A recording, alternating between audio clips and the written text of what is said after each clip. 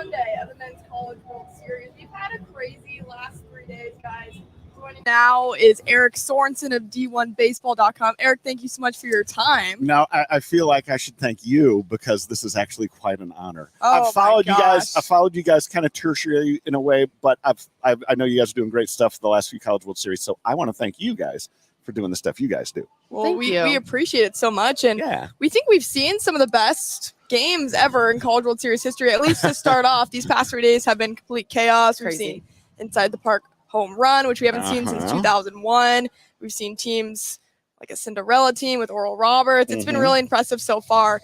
Eric, I wanted just to get your overall reaction to the first 3 days as we head into day 4. Well, yesterday, Ryan Brownlee, that's a friend of mine. He used to coach at Western Illinois. He came up to me in the press box. He goes, "So have we seen the best first 3 days of the College World Series ever?" I sat there, I thought, no. And well, wait a minute. They're all one-run games. And even the Tennessee-LSU game, which was a 3-run game with LSU's bullpen, it could have gone either way. So I kind of thought, I was like, Ryan's right. This has been really good. A lot of heartbreakers for teams that lose because they've been blowing it in the late innings. And the best part is, you guys, we've had the home run here and there, which is good, and it's been a record-setting year for home runs for the postseason. But we haven't had those arena football scores, like in the Gorilla Ball days of the late '90s. Thank God for that. And we've seen good pitching and defense, and we've seen a little bit of everything. But yes, all of them good games, almost bordering on great games. And I'll agree. This is the best I've ever seen, both covering it and being here as a kid, as a fan. So yeah, it's been really cool. Yeah, someone sat down next to me during the game last night, Oral Roberts, Florida, and it was, I think, 5-0, 5-1. They're like, I think we're going to have our first blowout. It's like, I don't know. I just don't think I see that happening. And then someone else sat down next to me later, and they go, this feels a little Oral Roberts-y. And I was like, I think we need to use that term the rest of the week because that's just what they do. It's just they keep showing up. So kudos to Oral Roberts for hanging in there with SEC pitchers and SEC talent like that. Oh, yeah. Like I said, no one's been out of a game once. Not once. And we look at today, I know we'll touch on it, but like the two pitchers that are facing off in game 1 today, holy cow. Yeah, that's true. And you brought up Oral Roberts. I think, we're not talking televangelism. We're talking about baseball. Right. The resiliency of these guys. The one thing I'll say about that is, a lot of times you get those snobby SEC fans and ACC fans that say, oh, well, put Oral Roberts in the SEC and they'll finish in last place. Well, you're full of crap. They're not going to finish in last place. In fact, actually, this Oral Roberts team has proven against TCU, winners of the Big 12 tournament, and against Florida, division champions in the SEC East. They can play with them and probably should have even maybe beat Florida. That was a hell of a comeback. Like you were saying, 5-1. Yeah, this is finally get a cakewalk. Oh, hell no. No, not with these dudes. Not with these guys. But so that Oral Roberts proving that they belong and proving they could play with anybody has been great. I think the story of the tournament, other than the close games so far. And then what'd you bring? Oh, the pitching matchup today. Yes. We have to go back. Yes. Sorry. I was on a little bit of a soapbox there. That's all right. Quinn Matthews, they saved their ace for the second game because he threw 5 million pitches last week. And then Chase Dollander, who is going to be a top 10 draftee coming up in the next few weeks. So it's kind of a 1-and-1 type of deal. Great pitching matchup. It should be another probably low scoring game. Whoever gets the hit batsman, the walks, gets some guys on, and then waits for a home run. That's probably what's going to decide this. But again, we're not seeing these double-digit run totals. I think 6 is the highest run total we've had so far. I think.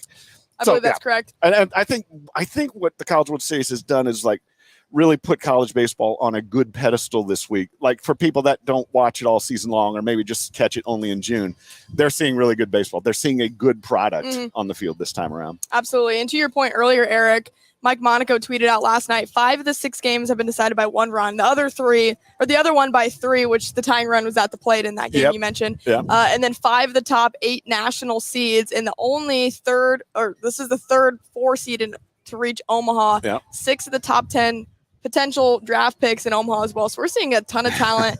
Like you said, it's probably the best showcase of college baseball you could ask for. And it's really come down to a few big moments for teams. So it's been, okay, who's going to step up in these few moments because pitching and defense has been so stellar. It almost comes to the point where you're like, okay, I don't want my team to have the lead going into the 8th inning. Right. Because I know they're going to blow it. Or that's how this tournament is. And you brought up Mike Monaco. You talk about talent, big league talent, Mike Monaco. Absolutely. He paid for me to do that. And yeah, we're seeing a lot of the big players that are going to be draftees. They're not tanking it. Paul Skeens, yeah, he was just inhuman on his outing. I just can't believe he's a college ball player. He's just not. He's not. Kind of doesn't even look like it either. I think he could be put into a major league rotation today. Fine. I was telling people, I said, don't be shocked if you see Paul Skeens like on a major league roster in September. A lot of times you see that, or not a lot of times.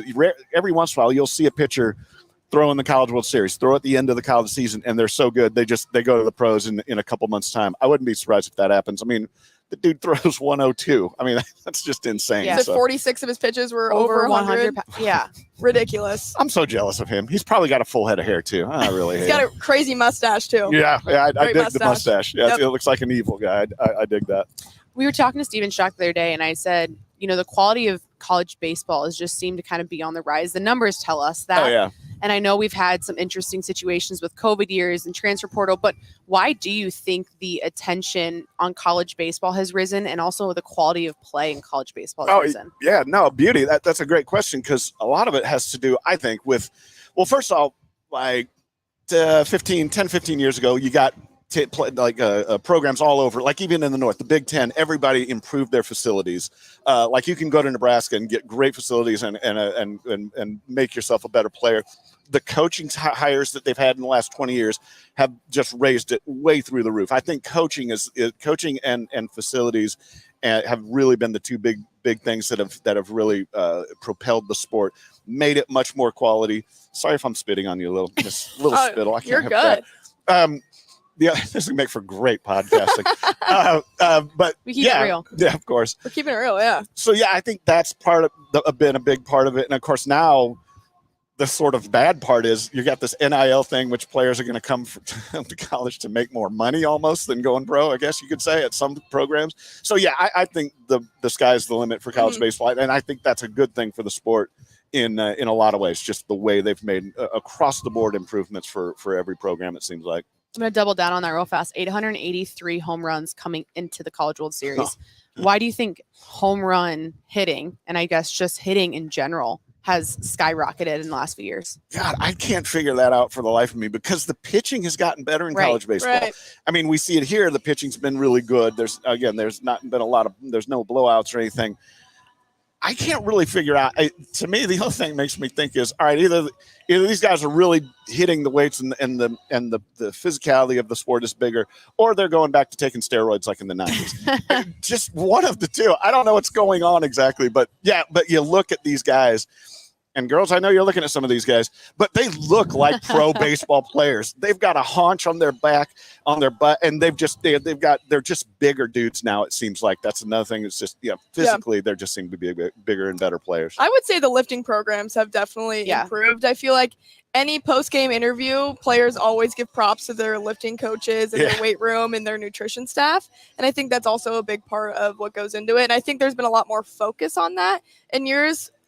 I mean, since like mental health and everything like that, I feel like they've really focused on mind and body more separately. And then, and making a complete player. Maybe that allows guys to, focus on getting the reps in the weight room and then going out and performing with a little bit less on their mind than maybe before. So it's been interesting. One of the interesting things about the facilities I've seen, like even at Stanford, when I was at Stanford last week, I got shown around, and like baseball has its own weightlifting area. They have their own stuff. And like a couple years ago, I went to Tennessee.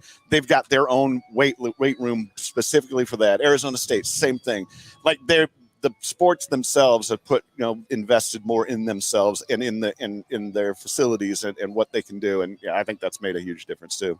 And it's obviously paying off the College World Series now. All these guys on the brightest stages, and I think what's been really impressive is that nobody's really had a performance that we weren't expecting necessarily. Everyone's kind of lived up to those expectations. I mean, all the pitching's been great. The defense has been stellar. We saw some fumbles last night in the defense in the field for sure, but I think it's been pretty sound and solid. I think everybody's lived up to that. It's not like 4 or 5 errors per team or something like that. And another thing, I made an equivocation earlier today on another show. It's like with Wake Forest, for instance, they're the ones that we were all kind of looking at like, okay, they've not been in the spotlight before. None of the players from the 1955 team are on this current team, all that. So we were kind of looking at them like, all right, are they going to freak out under the big lights? granted, they had a close game with Stanford. I think it's because Stanford's really good. But they came through, and I don't think they really had a big freak out factor.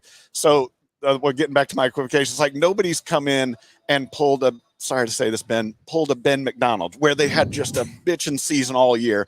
I mean, I'm going back 100 years now, I know, but Ben McDonald, poor Ben came in here and just got lit up, walks, got a blister on his finger. He just had a miserable College World Series. So we hadn't seen, like, Paul Skeens was great. Right. Rhett Lauder was very good, not great, but very good. Came back, yeah. So nobody's had that kind of crap out moment. Last night too was. Yeah. He had his mishaps early, but he picked it up in the fourth inning and then just was lights out. The only player that I think really increased his draft stock here, Matt Hogan, who hit the inside the park home run. Yeah. There you go.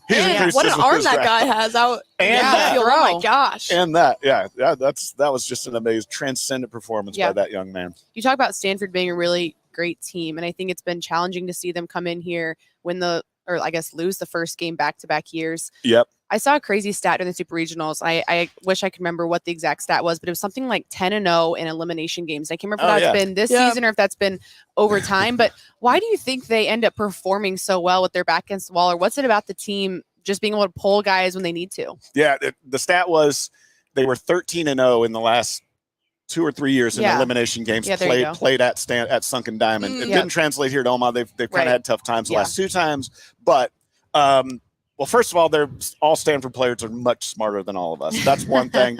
I'm not really sure what it is because even Coach Esker at the post-game press conference last week was talking about rebounding from the first loss to in the regionals to Texas A&M and to Texas. It's like he was like, yeah, I don't know what it is about us. We like to make ourselves miserable and paint ourselves in a corner. But we just seem to play our best games when our back's against the wall. It's just one of those things in sports, I guess. That's the only thing I can kind of allude to. It's just one of those things in sports where a team just rises up when they need to, and they're scared they're not going to be able to play with their buddies again for another day, so they really just put it on the line. Yeah, and while we're on that topic, I know we kind of touched on it, but it was kind of controversial. Obviously, Quinn Matthews and his pitch count. Oh yeah. When you watched him pitch, though, it wasn't concerning. I wasn't sitting there being like, this seems pretty unhealthy at this point, because the mentality he was at and the just effectiveness in which he was pitching, it was like, if you take him out now, I really don't know if you can.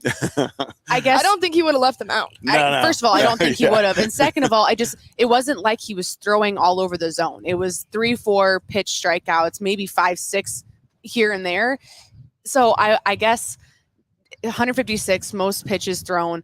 What do we think about that, however? Yeah, well, I think Dave Esker made an interesting point to me. I last week when I saw him like in the parking lot 5 or 6 hours before the game, we just happened to run into each other, and he said, yeah, we're kind of getting some guff on Twitter about pitching him, but he didn't really throw a lot of stress pitches like fastballs and stuff like that. He said, he probably had his changeup throwing like 90 times, I think, of those 156 pitches. So we monitored him the whole game. We made sure he was still feeling, and like you were kind of pointing out, he was still right. Like even in the ninth, I was paying attention to see when he did throw his fastball, and it was still snapping, still popping. It's like, no, he hadn't lost much after even this many pitches. Some guys are just like that. Some guys, you can't throw that many. You can put them at 70 and they're done. He's just got one of these rubber arms, and I think it's really been amazing. We'll see. It'd be interesting to see what's going to happen today. How long they keep, if he's going well but the pitch count's still getting high. See what happens with how quick they are to pull him this week. Yeah. And on the flip side, Tennessee's a team that really had to pull themselves out of a dark spot in the middle of the season. They were 5-10 in the SEC, sweep Vandy to turn it around. Yeah. And then obviously got chased on the mountain today. What have you seen from this team? And I guess, what do you think we're going to see from a Stanford-Tennessee matchup where they've both been dominant at times? They've just had to play with their backs against the wall a lot. Yeah. Tennessee's kind of a weird one because they had great pitching coming back. They were number 2 preseason. I thought they should have been number 1 just because of their pitching, their rotation. Had some bumps and bruises along the way, and you're right. They had those a really weird start to the SEC. Like, why in the hell are these guys 5-10? Right. But to me, it kind of comes down to, and like Dollander's going to be great. I think Quinn Matthews is going to be great. To me, it just seems like Stanford has some kind of lucky rabbit's foot when they have Quinn Matthews on the mound. There's some kind of different level to them. That's just one of those things that you can't quantify. You can't put a finger on and say, oh, this is why. They just play better with him on the mound. I I don't know how far they'll go. I think they'll win today with him. That's what I'm kind of getting at. I just think that they've got just a little bit of a lucky rabbit's foot. And I've had a scout tell me that the top 7 guys in the batting order, they're all going to play pro ball somewhere.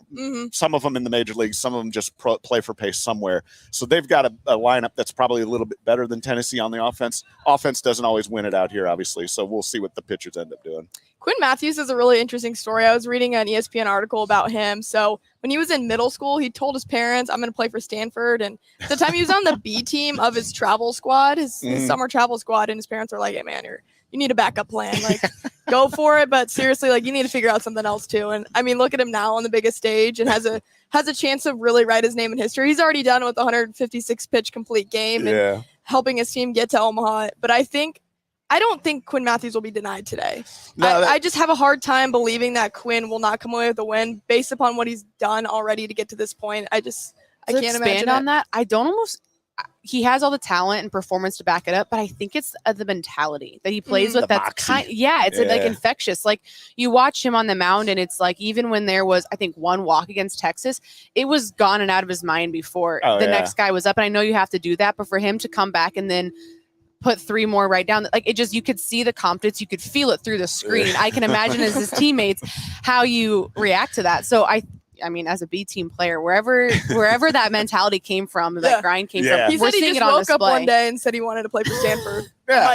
He's a quirky guy, so I believe it. It's true, and he's done it. He's going to probably play pro ball for a while, I would imagine. His parents are right, though. Boy, I hope Stanford gives him some kind of backup plan in life.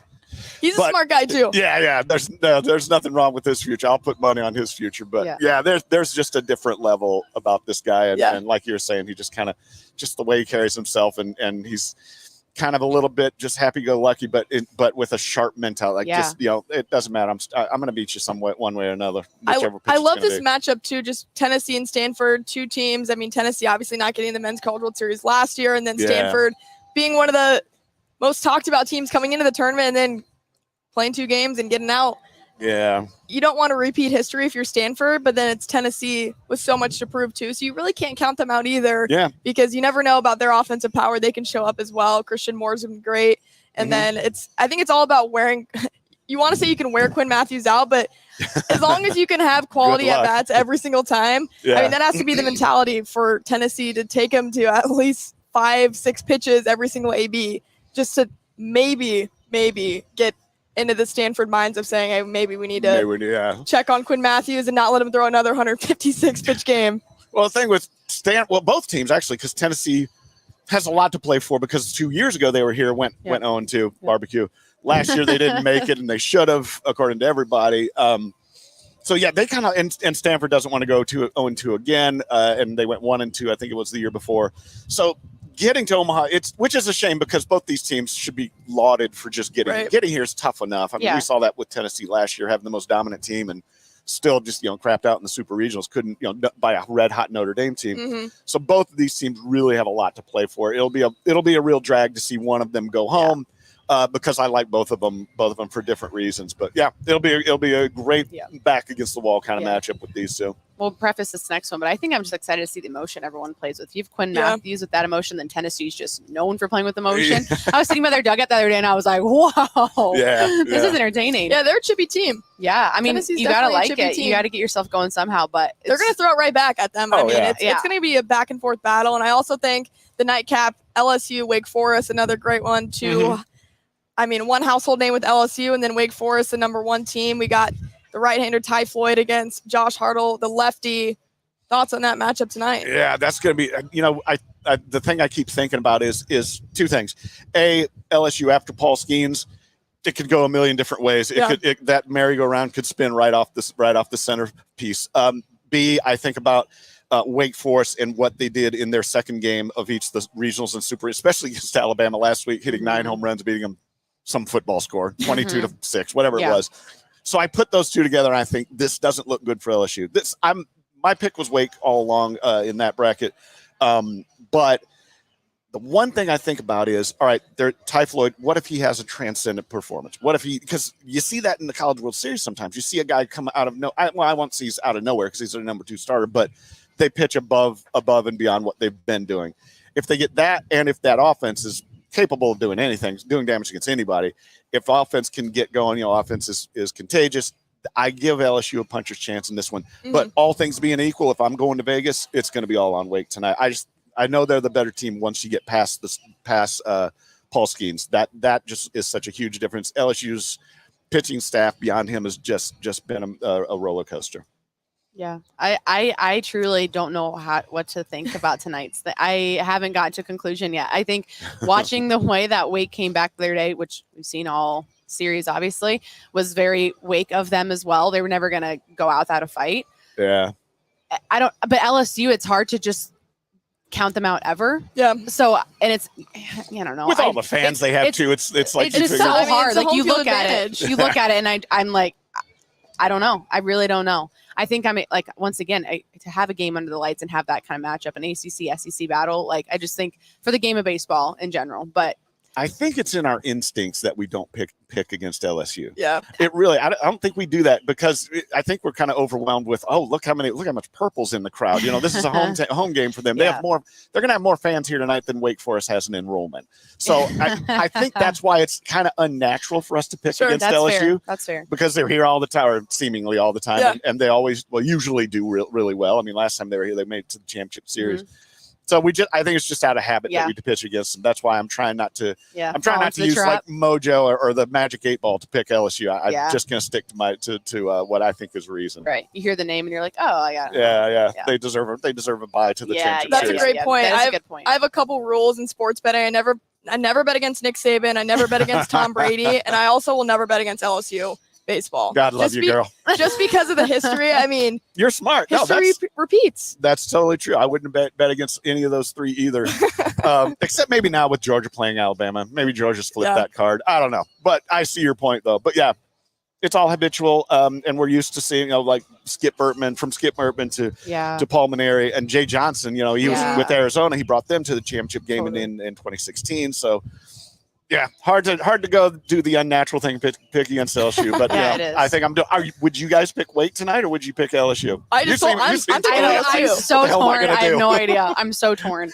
We won't make you pick, but it's also tough to bet against Dylan Cruz, a guy that came to LSU, could have went to the MLB draft right out of high school, decided he wanted to go to LSU, and came specifically to get a national championship. So it's also tough to say he'll be denied in the College World Series, but again, he can't be the one doing everything, and neither can Paul Skeens. Good pitching is gonna be an all-star player every time. That's the whole thing. I mean, Cruz hasn't done bad so far, or obviously, but and the LSU batting order, anybody can put it out of the park. I think they've got talk about Stanford having a good batting order. LSU's probably got the best out here, but. All it takes is a good pitcher. All it takes is good pitching, and I think Wake Forest can. I mean, Wake Forest has like 5 guys with an ERA below 3, maybe even more. I don't have the numbers in front of me, but it's just insane how much good pitching they have. We'll see how that stands up here under the big lights. Yeah. Well, we've talked a lot of baseball. Eric, what's the best thing you've seen non-baseball related in downtown Omaha? Non-baseball related in downtown Omaha. Well, non-baseball in Omaha this week. That's any. Well, baseball related, but not about the games. Well. Anything that is coming out of a pint, not of a pint, any kind of pull tab that fills up a tumbler or a glass has been a great sight. Yeah. The other thing that I really love is people make a big deal about the Jello shots challenge. Yep. And it's great. I think what Rocco's does as far as like having some of that money go to I can't remember what charity it is, but I think it's great that they use part of that for charity. But the thing I think that I tell people all the time is like, yeah, you know what? Stanford's going to lose that because they're too smart to take Jello shots. Jello shots are gross. They're handled by people that probably don't wash their hands. And so if you see Stanford at the bottom, that's because they're way smarter than everybody else and they're not going to win. And I think that's a point of pride for them. Yeah, with the numbers that LSU have in there, I'm not sure if there's like a sober LSU fan. I don't know if there'll be any LSU fans in there tonight. If you've been to an LSU football game on Saturday night, that's probably that's par for course. Yeah. Hey, they're bringing it to Omaha. We love it. Par for course. Thank you so much, Eric, for joining us today. Oh, we're done already. We appreciate you. We got to get in the stadium. We got to go in there. No, thanks you guys for sharing the airwaves and all that. It's really cool. And again, I'm big fans of you guys, and of course Sasha, who's my favorite, our amazing producer. MVP. Eric, where can we find you out on Twitter? Plug yourself. Oh, that's right. It's Stitch_head on Twitter. Go there, click as many times as you can, because every click I get is a penny in my pocket. Absolutely. Eric, thank you so much. Thanks, you guys. Day 4, College World Series. Let's go.